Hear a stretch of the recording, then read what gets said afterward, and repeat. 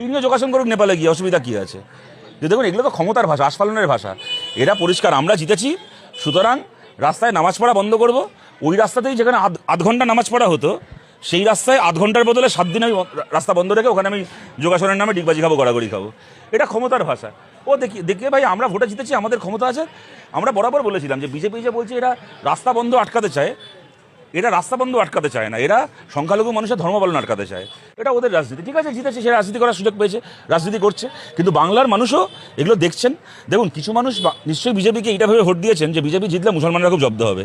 কিন্তু কিছু মানুষ কিন্তু এইটা ভেবে ভোট দিয়েছেন, যখন বিজেপি বলেছে যে আমাদের কাছে কোনো ধর্মটা এখানে গুরুত্বপূর্ণ নয়, আমরা রাস্তা বন্ধ করে কোনো কাজ করাকে আমরা প্রতিহত করতে চাই, কিছু মানুষ সেটাকেও বিশ্বাস করেছেন। সুতরাং সেই মানুষেরা, তাদের এখন মোহভঙ্গ হচ্ছে। তারা দেখছেন যে বিজেপি যেটা বলেছিল সেটা আসল উদ্দেশ্য ছিল না। যে বিজেপিকে আমরা বরাবর চিনে এসেছি বাবরি ধ্বংসের সময় থেকে, বিজেপি সেই বিজেপিই আছে, সেটা সাধারণ মানুষ দেখছেন। পরের ভোটে সাধারণ মানুষ হিসাব করবেন, বুঝিয়ে দেবেন।